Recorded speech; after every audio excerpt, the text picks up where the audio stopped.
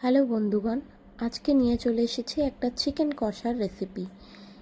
যার জন্য ধুয়ে রাখা চিকেনের মধ্যে অ্যাড করব জিঞ্জার গার্লিক পেস্ট, যেটা কিনা এভারেস্টের।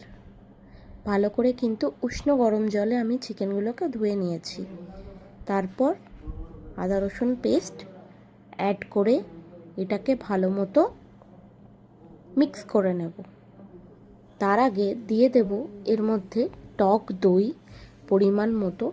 খুব বেশি টক দই দেব না, কারণ খুব বেশি টক দই দিলে অনেকটা টক টক লাগে খেতে।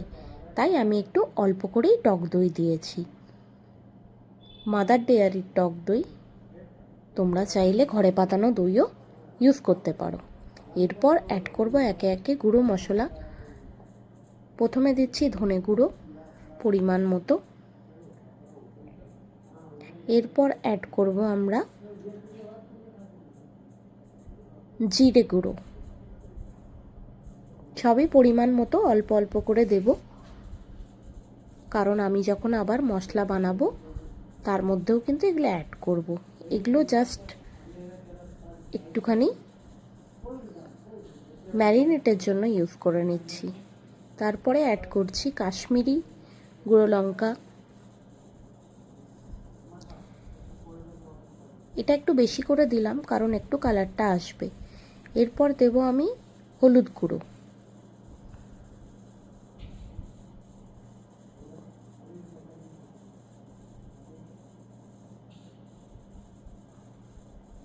হলুদ গুঁড়ো দেওয়ার পর অ্যাড করে দেব সামান্য লবণ।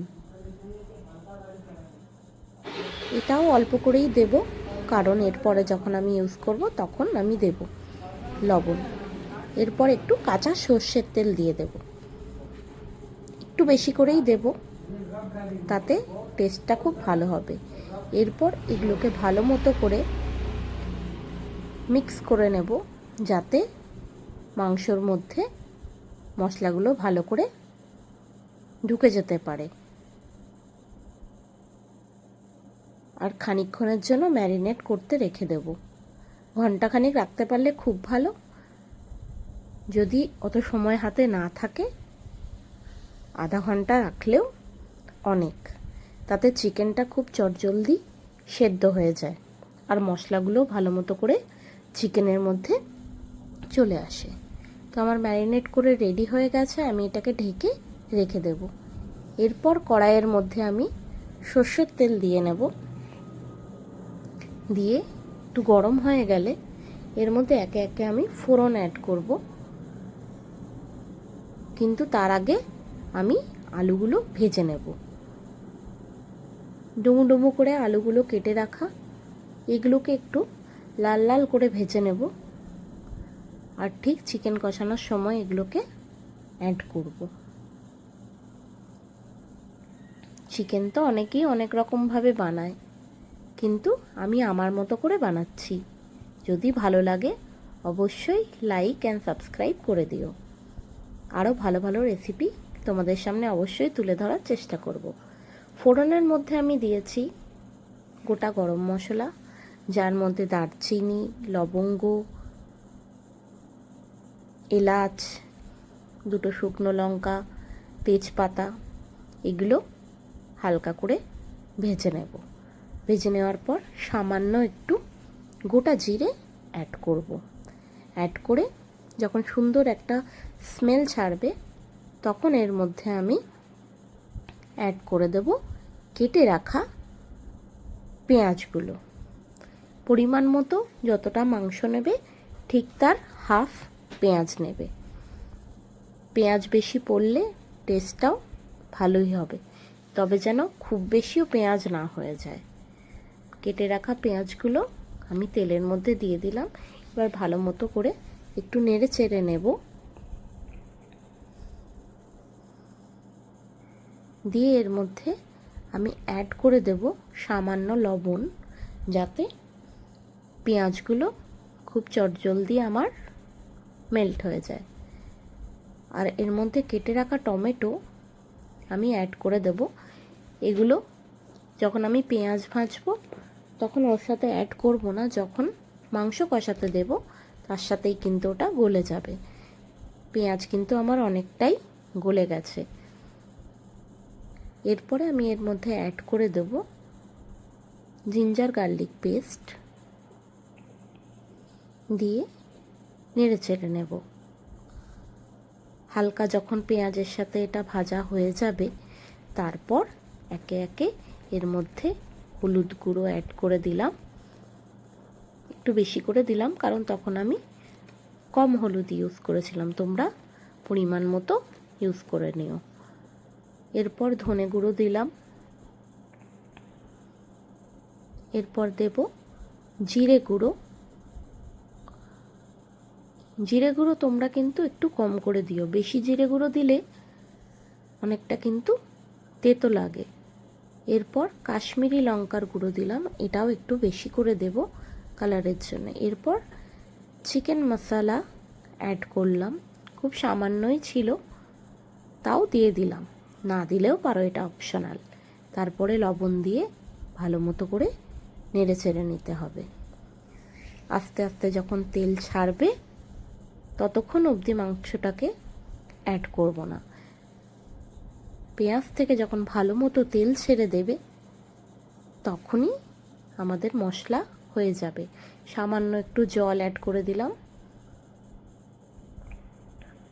এতে কিন্তু পরিমাণটা অনেকটাই বেড়ে গেল, যতটা কম মনে হচ্ছিল তার থেকে কিন্তু অনেকটাই বেড়ে গেল। এবারে এটাকে একটু কষিয়ে নেব যতক্ষণ না একটু তেল ছাড়ে। অনেকটাই তেল ছেড়ে দিয়েছে। এরপর আমি এর মধ্যে দেখো চারপাশ দিয়ে তেল ছেড়ে দিয়েছে। এরপর এর মধ্যে আমি ম্যারিনেট করা মাংসটা দিয়ে দেব, দিয়ে উঁচু ফ্লেমে মানে হাই ফ্লেমে কিন্তু মাংসটাকে দিতে হবে, তবেই কিন্তু সফট হবে আর জুসিও হবে। এটা কিন্তু একটা ট্রিক। যখনই মাংস দেয়া হবে তখন কিন্তু ফ্লেমটাকে হাই রাখতে হবে আর কন্টিনিউ কিন্তু চালাতে হবে, নাহলে কিন্তু মাংস লেগে যাবে। ভালো মতো করে মশলার সাথে চিকেনটাকে মিক্স করে নেব, নিয়ে এর মধ্যে ভাজা আলুগুলো দিয়ে দেব, দিয়ে আবার নেড়ে চেড়ে নেব। আর কাঁচা লঙ্কা অ্যাড করে দেব, গোটা কাঁচা লঙ্কা। আমি কিন্তু এর মধ্যে কোনো রকম লাল লঙ্কার গুঁড়ো ইউজ করছি না, পুরোটাই কাঁচা লঙ্কা দেব, তবে গোটা কাঁচা লঙ্কা চিড়ে ইউজ করব। যে যেরকম ঝাল খাও সেই রকম লঙ্কা অ্যাড করে নিও। আমি অনেকটাই অ্যাড করেছি, একটু ঝাল খেতে পছন্দ করি। এরপর ভালো মতো করে মিক্স করে নিয়ে এটাকে ঢেকে রেখেছিলাম। দেখো কীরকম জল ছেড়ে দিয়েছে আর অনেকটা সেদ্ধও হয়ে গেছে। মোটামুটি আধা ঘন্টা মতো রেখে দিলে কিন্তু অনেকটাই দেখবো আমার চিকেন হয়ে গেছে। টমেটোগুলোও বেশ মেল্ট হয়ে গেছে, আলাদাভাবে পেস্ট করে দিতে লাগেনি। এরপর এর মধ্যে অ্যাড করব কেটে রাখা ধনেপাতা। আমি যেহেতু ধনেপাতা খেতে একটু পছন্দ করি, তার জন্য কিন্তু বেশ করে ধনেপাতা দিয়েছি, আর একটা গোটা কাঁচা লঙ্কাও, যাতে এটা বেশ খুব একটাও মেল্ট হয়ে যাবে না, হালকা কাঁচাই থাকবে। এরপর ভালো মতো করে নেড়ে ছেড়ে নিয়ে ধনেপাতাটাকে মিক্স করে নেব। তারপর গরম মশলা আর ঘি ছড়িয়ে দিলেই কিন্তু রেডি হয়ে যাবে আমার চিকেন কষা। তোমাদের যদি রেসিপিটা ভালো লাগে তাহলে অবশ্যই রান্না করো এবং লাইক অ্যান্ড সাবস্ক্রাইব করো। আর যদি অন্যরকম আরও কিছু ভিডিও দেখতে চাও, রান্না জানতে চাও, তাহলে অবশ্যই কমেন্ট বক্সে জানিও। আর রান্না করে কেমন লাগলো খেতে সেটাও জানাতে কিন্তু ভুলো না। Thank you.